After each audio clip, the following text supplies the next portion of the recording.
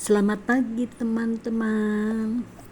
Cuacanya mendung, jadi kelihatannya masih pagi padahal udah 8:30 loh. Aduh, ini uban beneran mengganggu loh.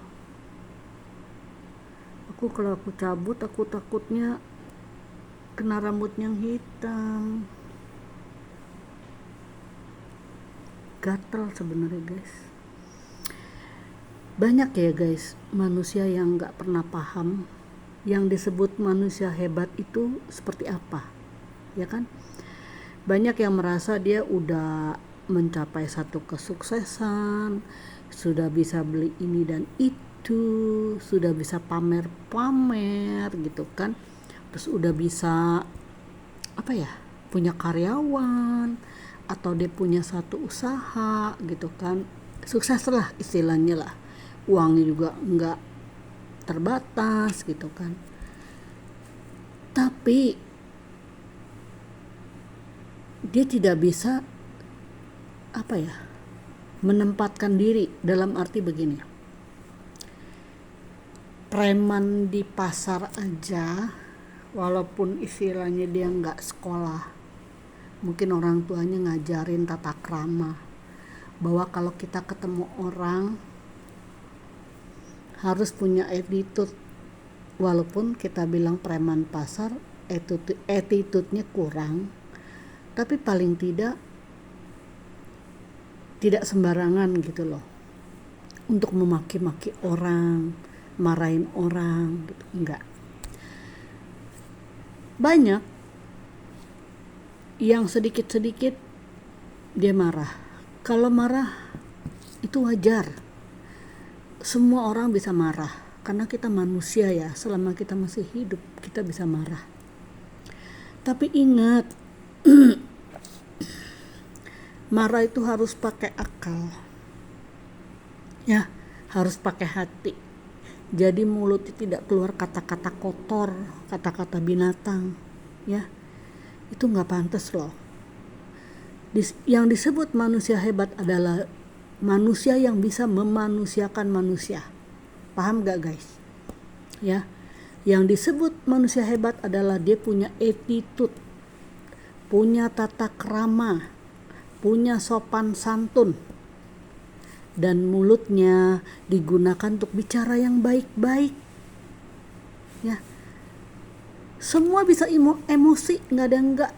Ya, tapi ini aku dari masih muda, kalau aku emosi aku nggak pandang bulu, tapi mulutku tidak pernah berkata binatang. Nggak perlu. Walaupun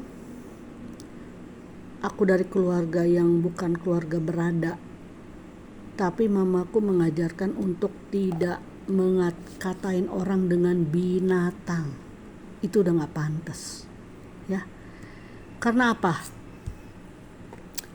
Sebenarnya undang-undangnya udah ada ya, tapi banyak orang menganggap remeh, ya. Dikit-dikit binatang tuh yang keluar dari mulutnya. Apa nggak bisa bicara baik-baik?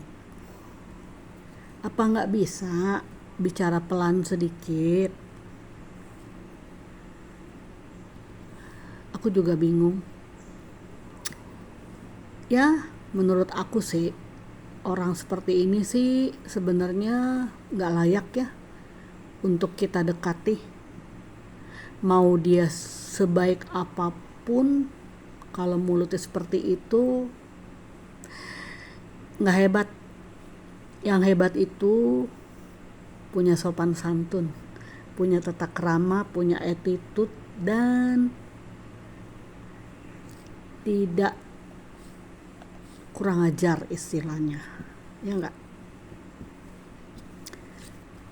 Aku bukan nggak bisa marah, aku dari muda di jalan misalnya, aku ketemu polisi, dua zaman dulu suka ya, polisi-polisi yang istilahnya suka nangkepnya dia ngumpet di bawah pohon, ngumpet di balik-balik pohon gitu. Aku marah, tapi marah aku tidak keluarkan kata-kata binatang. Enggak. Karena menurut aku manusia mana yang mau dikatakan dia seperti binatang? Gak ada.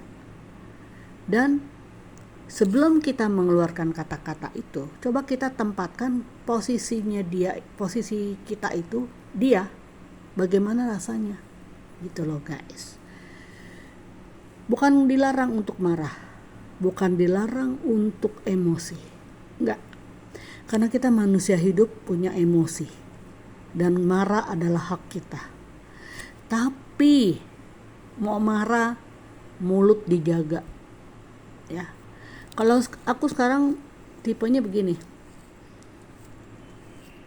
kalau memang orang itu tidak baik untuk jadi teman, jadi saudara, jadi sahabat, pergi, gak usah deketin terus, diam, ya kan, cukup diam, pergi, menjauh perlahan, ya.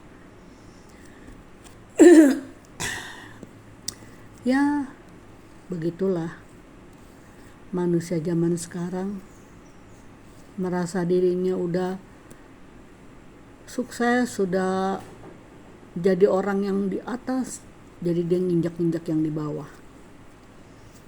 Padahal dia gak paham kelebihan, kelimpahan yang dikasih Tuhan itu cuma titipan. Kalau Tuhan mau ambil, hitungan detik. Percaya nggak? Ya, aku nggak mau pusing ya. Aku cuman sedikit memberikan gambaran atau masukan ya